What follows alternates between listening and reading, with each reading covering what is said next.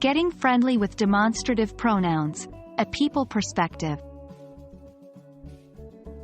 Hello everyone.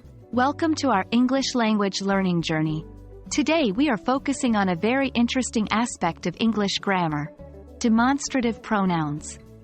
Even more specifically, we will look at how we use demonstrative pronouns to refer to people.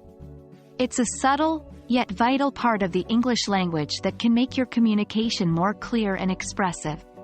So, let's jump right in. Before we delve into how to use demonstrative pronouns to refer to people, it's important to understand what demonstrative pronouns are. They are words that we use to point to something specific. In English, the demonstrative pronouns are this, that, these, and those. This and these refer to something close to the speaker.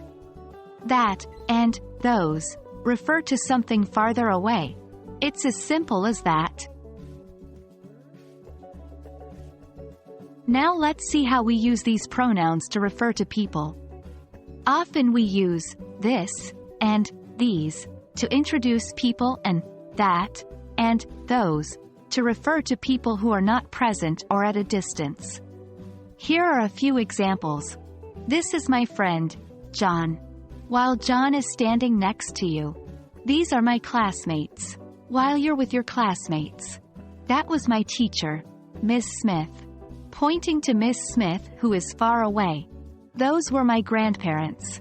Looking at an old photograph. Sometimes, we also use demonstrative pronouns to express a degree of emotional distance. That, and those, can be used to refer to someone with a sense of annoyance or dismissiveness. For example, that is the last time I help him out. Expressing annoyance about a person who is not present. Those were the days when people were polite. Expressing nostalgia about a time gone by. Remember, context is everything in English language. So, pay close attention to it. There you have it. We've covered how to use demonstrative pronouns to refer to people in different contexts.